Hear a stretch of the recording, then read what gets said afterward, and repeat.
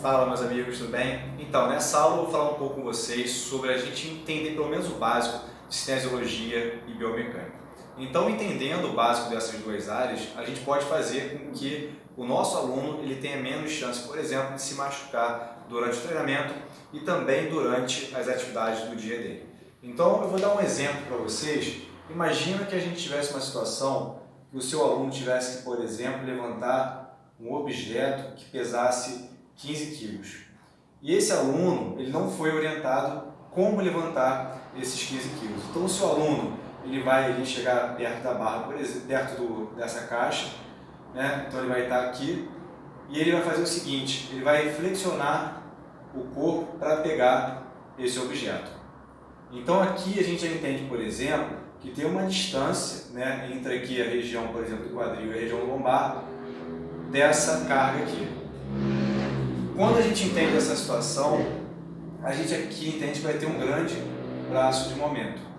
Em outra situação, nesses mesmos 15 quilos, por exemplo, né, o seu aluno pegando 15 quilos, só que de uma maneira diferente. Então, por exemplo, se você orientasse o seu aluno a flexionar o joelho, flexionar o quadril, né, e se aproximar, por exemplo, dessa caixa para pegar esse objeto, a gente teria, por exemplo, um menor braço de momento.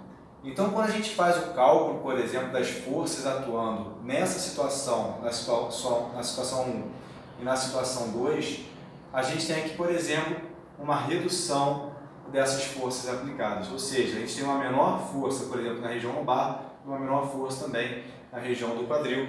Isso porque a gente modificou o braço de momento.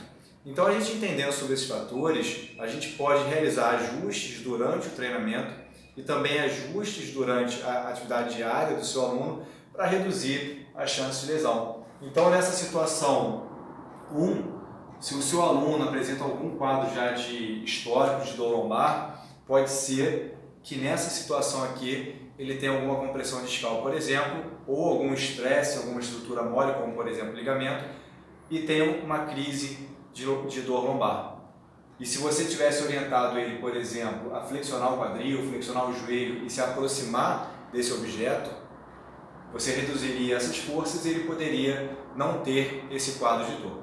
E por isso, né, que eu disse que entender pelo menos o básico, né, de cinesiologia e biomecânica vai fazer com que a gente auxilie mais o nosso aluno e reduza a chance de alguma lesão no treinamento e também alguma lesão, por exemplo, em alguma atividade que ele esteja realizando durante o dia.